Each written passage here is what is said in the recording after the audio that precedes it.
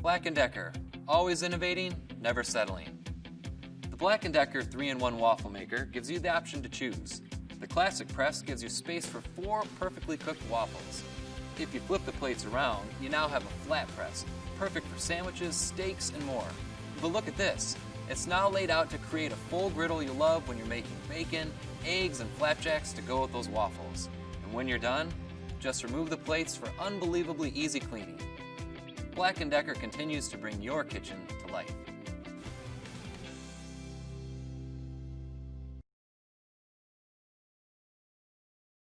Love waffles but not the hassle of an electric maker? Your search for the perfect iron stops here with the Belgian Waffler by Nordicware. Hi, I'm Jenny. We're going to be talking about waffles today. I don't know about you, but when I go to the grocery store and I bring home frozen waffles, I'm always disappointed with how thin they are. The pockets on them aren't deep enough to hold enough syrup or fruit or whatever you want to top them with. That's why I love the Nordicware Belgian Waffler, which I'm going to be demonstrating here today. This is actually a stovetop item, so there are no cords, you don't have to worry about plugging it in, it doesn't go in your toaster oven, it's just on your stovetop. It's a cast aluminum pan and it's coated with nonstick on the inside, so you get nice release. And one of the benefits of this pan that I see as the best feature is that you end up with waffles that have very deep pockets. It can hold whatever you're putting into them. So let's walk through how you're going to use this pan. It's very easy to use. I just have some plain waffle batter mixed up here. And waffle batter tends to have a little bit more oil in it than a typical pancake batter, so that's what ends up resulting in that crisp exterior that we all love on waffles. We have preheated this over about medium heat on the stove, probably 2 to 3 minutes per side, and we've rotated it halfway through to make sure that both halves are equally hot. I'm going to brush the inside of the pan with a little bit of vegetable oil now that it's preheated, and this is just to absolutely be certain that our waffles are going to come out when we're finished. This has great nonstick coating on it though, so this isn't entirely necessary. I'm going to flip the pan over and do the other side as well. You'll notice that this pan is nice and hot and ready for waffle batter. When you're doing this, you want to make sure that you're using a pastry brush that has real bristles on it so it's not melting, or a silicone pastry brush, which also won't melt on a hot pan. Looks like we're ready now. We're going to leave the pan over about medium heat. You can see the flame that I have this set on here right now. Medium flame. You don't want it too hot or your waffles will burn, and you don't want it too low or your waffles will be doughy and raw in the middle. I have a half-cup measuring spoon. One of the parts you need to be careful with on this pan is measuring just enough batter and not too much, because the pan will overflow if you get a little bit too much batter in it. I'm just adding the batter to the center of the pan here, and when we close the lid, it's actually going to spread out to the corners of the pan.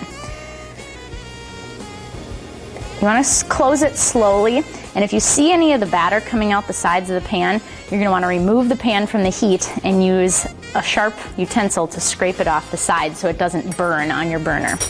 So we're going to let this cook here now for about 2 minutes per side. It's going to turn a nice golden brown because of the heat that we have in the pan and the nice cast aluminum construction. And let's come back in a few minutes once this is cooked. One of the most common mistakes with the Belgian Waffler is not putting quite enough batter in the inside of it, and I'm going to show you what it looks like if you don't put enough batter in. You end up with a waffle that doesn't quite make it out to the edges, so you don't get the nice squared off look. It's still going to taste great, but this is why it's important that you just put in the right amount of batter. One of the things that people love about Nordicware's Belgian Waffler is how easy it is to store. When you compare this, just this thin profile, to that of an electric waffle iron, it's much, much easier to store in your cabinets. Another benefit with this pan is how easy it is to clean. Now, if you think about an electric waffle iron, you can't submerge that in water. So when you have caked on waffle batter and it's really in desperate need of cleaning, you can't put it in water. But the Nordicware pan can go right into a hot, soapy dish sink and be washed. That's a lot easier for your cleanup. All right, I think it's been enough time. Let's check on our waffle. You want to make sure you don't open it prematurely because it'll pull the waffle apart, but I know that this one has been on here long enough and it's been flipped sufficiently. This one looks like it's great. Now you see how deep the pockets are on each of these waffles? These are almost an entire inch deep. That's so much deeper than if you just buy grocery store waffles or make them on a small electric waffle iron. That's gonna hold all of the syrup, fruit, whipped cream, whatever you can dream up to serve your breakfast guests. So this should lift out of here quite easily onto my serving plate, thanks to the nonstick and to the oil that we brushed on the pan. But look at that. That is 4 beautiful and gigantic waffles. I know your breakfast guests are gonna be impressed when you serve them a Nordicware Belgian waffle. Take a look at this.